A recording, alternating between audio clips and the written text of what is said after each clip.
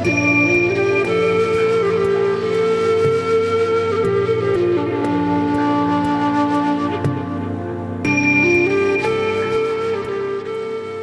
New Year and welcome back to the Anxiety Slayer podcast.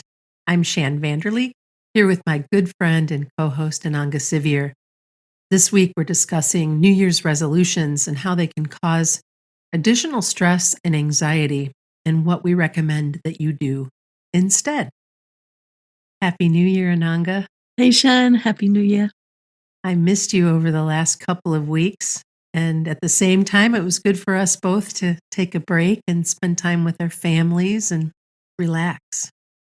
Yeah, both. I missed you too. And it was nice to be with family. And I spent a lot of time, as we were just talking about before we started recording this week's show, journaling and reflecting. And it's been a good, quiet couple of weeks.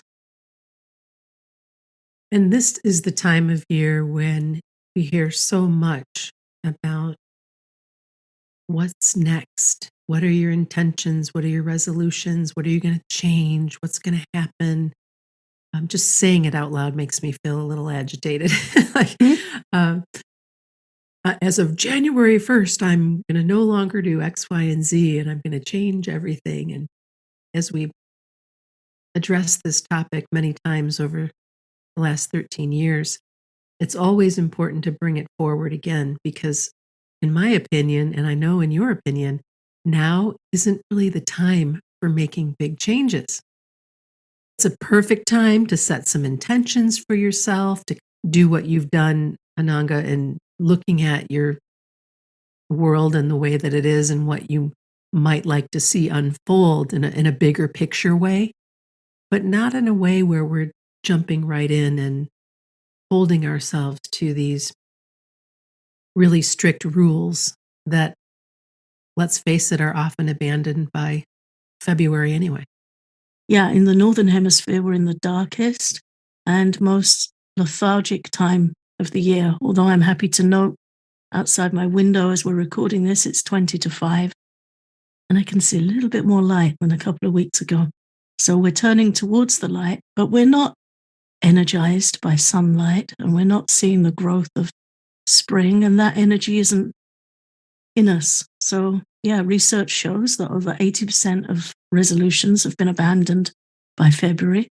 And if we're already anxious, thinking we've failed at our resolutions is not going to help. It's just going to make us look at ourselves in a more pressured and unkind light, which really doesn't serve us well.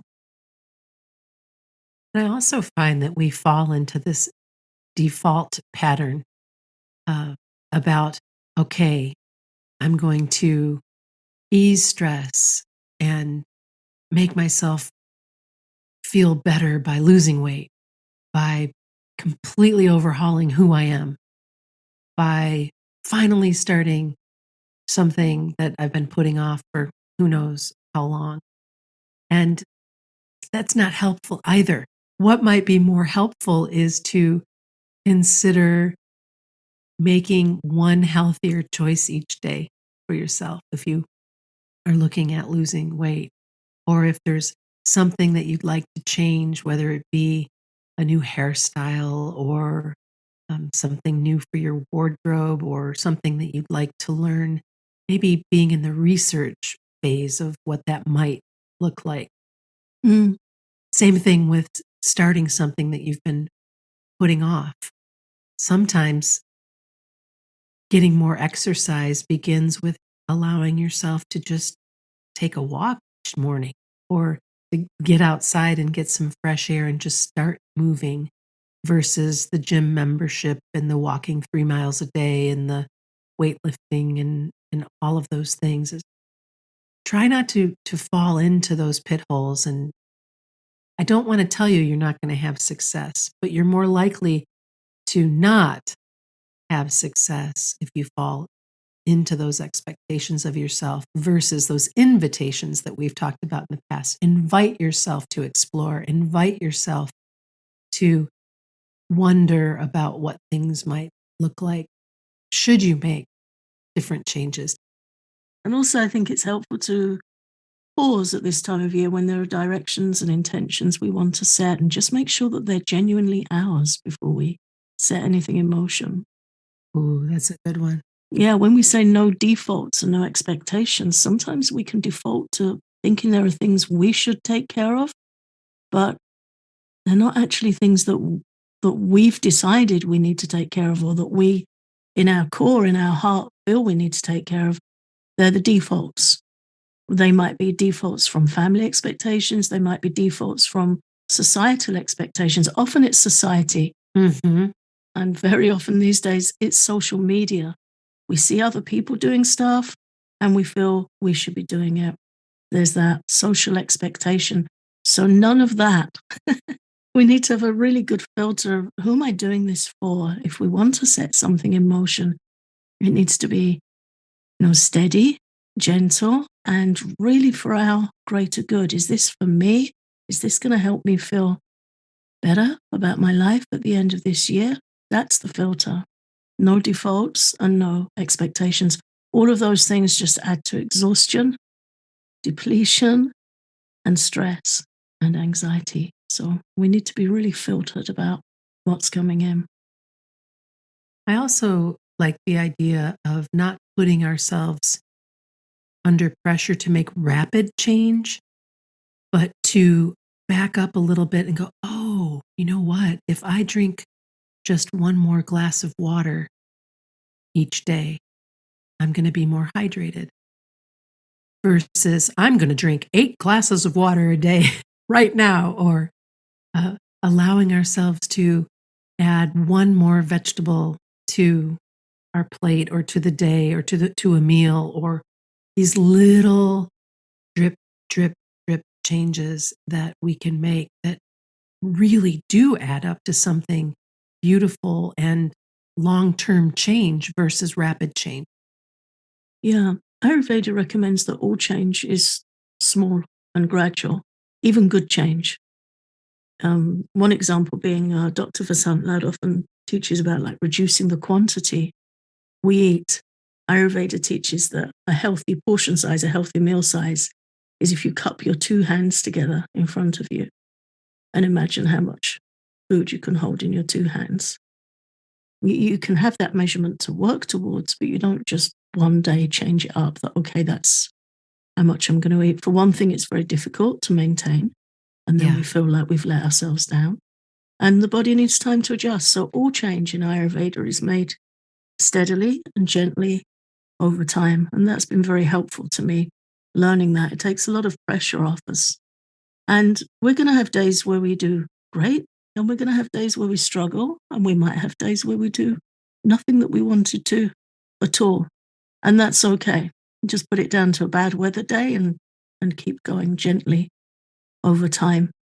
There's an artist that I love. She's on Instagram and she's around in other places too. She's called Rukmini Poddar. She's on Instagram as Rockin' Rukshi.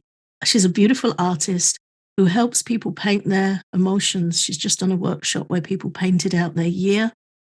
And I enrolled for a workshop with her about a month or so ago where she taught this class about painting your heart, like an artistic representation of your heart and the different realms and feelings in your heart. Mm. She's a wonderful, talented therapeutic artist, so I recommend looking her up. And today on Instagram, she painted out her January. And one of the pieces of text that she painted into her piece was less expectations for the year, more intention for the day. That is incredibly potent. It's beautiful, isn't it? I copied that into my journal this morning. I really recommend looking her up. She's helping a lot of people with using creativity to explore their emotions and make positive change. So, yeah, less expectations for the year and more intention for the day. Yeah, count me in. That is truly the way that I roll each new year. So that she put that so succinctly is really a great reminder. Mm-hmm. And you mentioned a little bit earlier too that for all of us to be really, really mindful that when we're anxious and we're unsure of our own needs and our own opinions, how much easier we can be influenced by the opinions of others, and really, really careful of that. To give yourself the time and space that you need to get clear about what you are interested in, what brings you joy, what intentions are in your best interest versus what's happening outside of you in your own family, etc. Yeah, it can be a time of year where we're not so waterproof anyway. We can be a little bit more vulnerable emotionally. But yeah, certainly with anxiety, we can feel ungrounded and less rooted in ourselves. So it's definitely helpful not to borrow goals and values from others, but to find our own, to give ourselves permission to explore what helps us. We all have the right of autonomy. We all have emotional free will. And even entering a new year with that at the forefront of your mind, and what does that feel like to you? And what do you feel you need? That can be the best intention for the year ahead. Something I do like to do at this time of year is to visit bookshops, and there's a beautiful bookshop in a little village near where I live that's just opened. So I visited there a couple of days ago and saw some books that I definitely want to read on my list. Gabor Mate's new book was there. Oh, I want to read that too. Perhaps we can read that together and discuss. Yeah, that's definitely been knocking at, like, okay, you're coming. Okay, let's read it like we did with Susan Cain's book, and we can share it with our patrons. Yeah, Okay, yeah. definitely want to read that. Um, some other books that I've had my eye on and some that I'd never heard of. And I like to go and look and sit in a bookshop and gather ideas and values that are going to lift me up, Mhm. things that feel expansive, things that feel hopeful. Supportive. Yeah.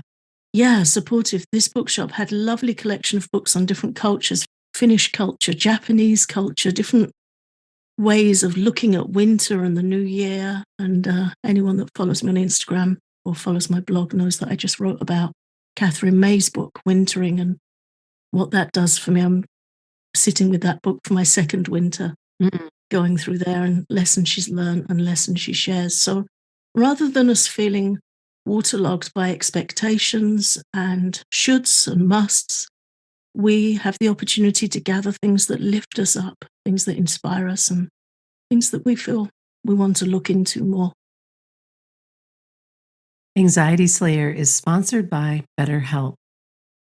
When you're feeling your best, you're on top of the world and can experience a sense of being in the flow of life. But sometimes life can throw you a curveball and you might need extra support. A couple of years ago, when my daughter was going off to college in the throes of the pandemic, I found myself in a challenging place, and working with a therapist at BetterHelp helped me feel a lot better. If you're thinking of giving therapy a try, BetterHelp is an excellent option. It's convenient, flexible, affordable, and it's entirely online. All you have to do is fill out a brief questionnaire to get matched with a licensed therapist, and you can switch therapists at any time. If you want to live a more empowered life, therapy can get you there. Visit betterhelp.com/slayer today to get 10% off your first month. That's betterhelp.com/slayer. Before the break, we were talking about the importance of taking time to honor your own needs and interests. And you were talking about that lovely bookshop that you go to for inspiration. And that dovetails beautifully into being curious. Curiosity is healthy. It's a healthy engagement for the mind. And it also helps calm anxiety. The more curious you are, the more you dig in and learn about whatever it is that's popping up for you, the more calm and relaxed you'll find that you are. And you get the benefit of learning something new.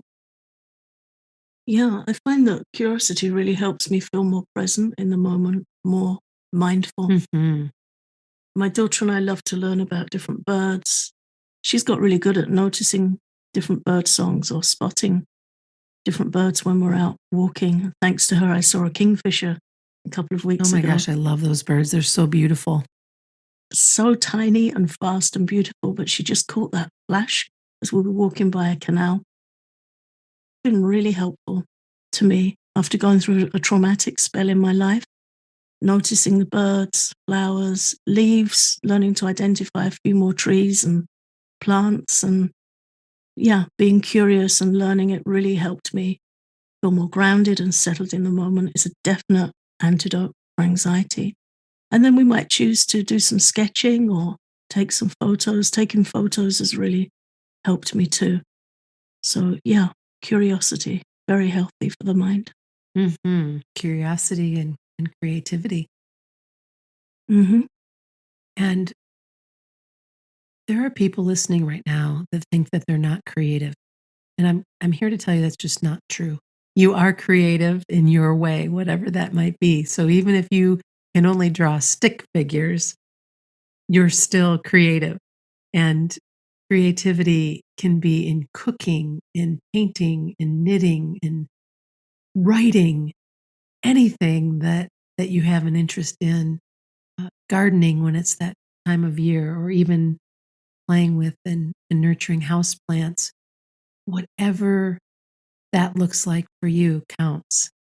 And this is how we can keep our minds engaged but relaxed, being in that space. And it's so lovely. I find peace in collecting all of my indoor plants this time of year. And at least once a month, they'll all get rounded up in the kitchen, and leaves will be cleaned, and everybody will be watered and fed. And I don't know, it's just it kind of carries over how much I love gardening in my yard, when I can, inside, and I look forward to it.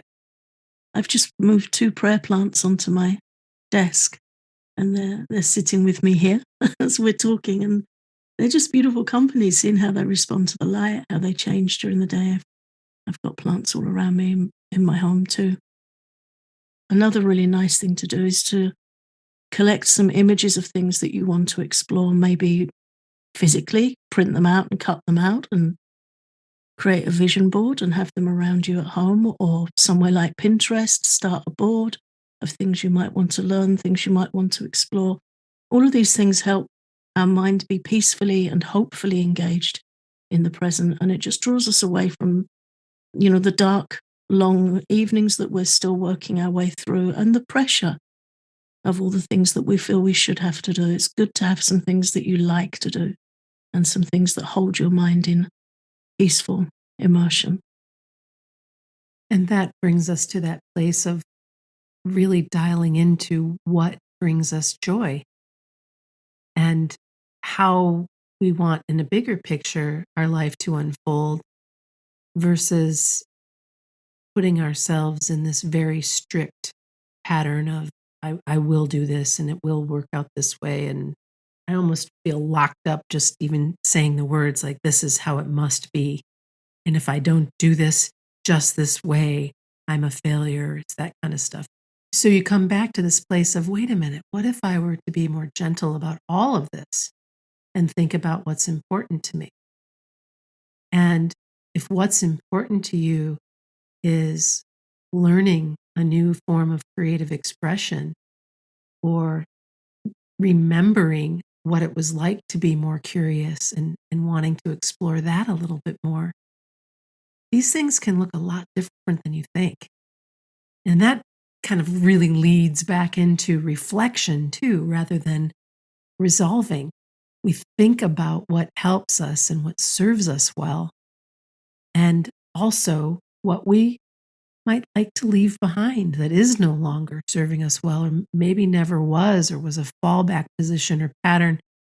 Right before New Year's Eve, I created a list of things that I wanted to leave behind that no longer served me, and then I ended up burning them in a fire pit. And then I created a story for the new year about how I wanted things to look, and experiences that I might like to have, looking at things that way. What experiences might I like to have? Mhm.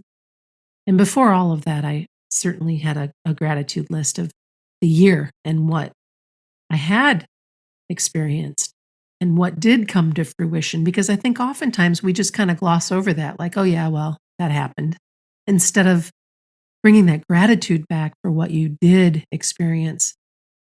Like, I got to go whale watching this past summer, Mm. and I got to experience 5 humpback whales and a little baby humpback, and I had wanted to go whale watching for as long as I can remember. I still get to be really fired up about that and reflect on that and how much that changed things. So I invite our listeners to reflect on what has come to pass, what they would like to come to pass as more of an experience and curiosity. And then also, if there's something poking you that is no longer serving you, it really is okay to leave that behind. Another thing that can be really helpful in our relationship with ourselves, and especially when we're struggling with anxiety, is to acknowledge your little triumphs, the things you're already doing. Sometimes just getting up and showered when you're anxious is challenging. Sometimes making a healthy breakfast is challenging. So take a moment when you do the things that are serving you well and the things you're already doing, so many things that are helpful to you and others. And it can be really healthy to just sit with a journal at the end of the day for 5 minutes and write out your gratitudes, but also write out your self appreciation. Mm, Something I've learned over the years with chronic illness is it's very easy for me to do one task and feel exhausted and be in pain. And then I'll sit and say, okay, I need to rest. And it's so easy for my mind to then scan the room and look at all the other things that need doing. yeah. And I've had to really train myself to not do that, but to sit and say, I'm glad I did that. That needed taking care of. And I'm glad I've done it. And sometimes I'll give myself a pat on the shoulder and say, well done. Sometimes I'll walk past the mirror and smile at myself and tell myself, thanks for doing that. I'm glad you did that, because it's really important that we get on well with ourselves. And when we are anxious or in pain, it's very easy to develop self aversion where we're not comfortable in ourselves and we're not comfortable with ourselves and we can check out. Hmm. So, really healthy to just give yourself a smile, pat on the shoulder, a rub on the arm, and say, hey, well done for doing that. You did that today. It's a really nice thing to do when you settle down in bed for the night. I did that today. Mm. And I'm glad I did. And also today I'm grateful for this. Some small thing. There's always something to be grateful for every day. And it's a powerful antidote to anxiety, because anxiety is a very clever joy thief. A very clever joy thief. Wow. You have an affirmation that you've used for a long time that is one of my very favorites. And maybe it's not even an affirmation, it's just a truth telling to remind ourselves that things are better than maybe what we think, by coming back to the space of today, my needs are met and I am grateful. Yeah. I find so much peace in that, because when we're spinning, when we're in the throes of our mind being in an anxious state, if we can get ourselves back to that understanding that even though I'm feeling anxious right now, today my needs are met and I'm grateful, because they are. Because if you have a roof over your head and you have running water and you have food on your table and you have a family or friends who love you, if and the list goes on, and we forget how incredibly loved up and blessed we really are in the bigger picture. Today my needs are met and I am grateful. Yeah, thank you for that. Yeah. And it came during a really challenging time in my life and it really helped me. We have so much to be grateful for. Well, I'm grateful for you and for this conversation, and I'm grateful for all of our listeners who continue to come back and join us every week. And we invite you to remember to set intentions rather than resolutions, to get curious, You allow yourself to reflect and get really clear about what brings you joy, and then just baby steps from there. Yeah, and come and hang out with us in our private Facebook group and share. Share something you're doing that's creative, share your triumphs, share your aspirations, your curiosities. You'll be more deeply embedding what you're doing for yourself, but you're also going to help other people and encourage other people. And it's a really nice, warm group. So just look us up on Facebook. Just look for Anxiety Slayer. Thanks for listening. If you love our podcast, please consider exploring our Patreon for loads of Anxiety Slayer extras for calming anxiety, including exclusive posts, guided meditations, tapping sessions, popular episodes from our archives, and behind the scenes conversations. You can learn more at patreon.com/anxiety slayer.